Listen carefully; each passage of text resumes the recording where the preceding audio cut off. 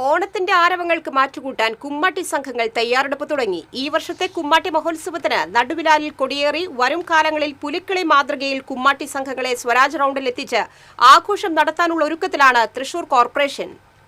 തൃശൂർ കോർപ്പറേഷന്റെ കുമ്മാട്ടി മഹോത്സവത്തിന് കൊടിയേറിയിരിക്കുകയാണ്. മേയർ ഡോക്ടർ നിജി ജസ്റ്റിനാണ് കൊടിയേറിയിരിക്കുന്നത്. കോർപ്പറേഷൻ ഈ കുമ്മാട്ടി മഹോത്സവത്തിന് കൊടിയേറുമ്പോൾ എന്താണ് ഇനിയുള്ള ഭാവി പരിപാടികൾ? അതെ, തീർച്ചയായിട്ടും തൃശൂർ കോർപ്പറേഷന്റെ ചരിത്രത്തിൽ ആദ്യമായിട്ടാണ് കുമ്മാട്ടി മഹോത്സവത്തിന് തുടക്കമായിട്ട് കൊടിയേറ്റ ചടങ്ങ് നടന്നിരിക്കുന്നത്. 55 സംഘങ്ങളാണ് ഇപ്രാവശ്യം രജിസ്റ്റർ ചെയ്തിരിക്കുന്നത്. 55 സംഘങ്ങൾക്ക് മാനദണ്ഡങ്ങൾ പാലിച്ചുകൊണ്ട് 50,000 രൂപ വെച്ച് തൃശൂർ കോർപ്പറേഷൻ സംഭാവന കൊടുക്കുന്നുണ്ട്. വരും വർഷങ്ങളിൽ സംസ്ഥാന ഗവൺമെന്റിന്റെയും സെൻട്രൽ ഗവൺമെന്റിന്റെയും സംഭാവനകൾ ഞങ്ങൾ പ്രതീക്ഷിക്കുന്നു. അവരുമായി സംസാരിച്ചു കഴിഞ്ഞു. അതിനോടൊപ്പം കുമ്മാട്ടിക്കളിയുടെ ഒരു ഡോക്യുമെന്ററി ചിത്രം ഞങ്ങൾ അണിയറയിൽ പ്രവർത്തിക്കുന്നുണ്ട്.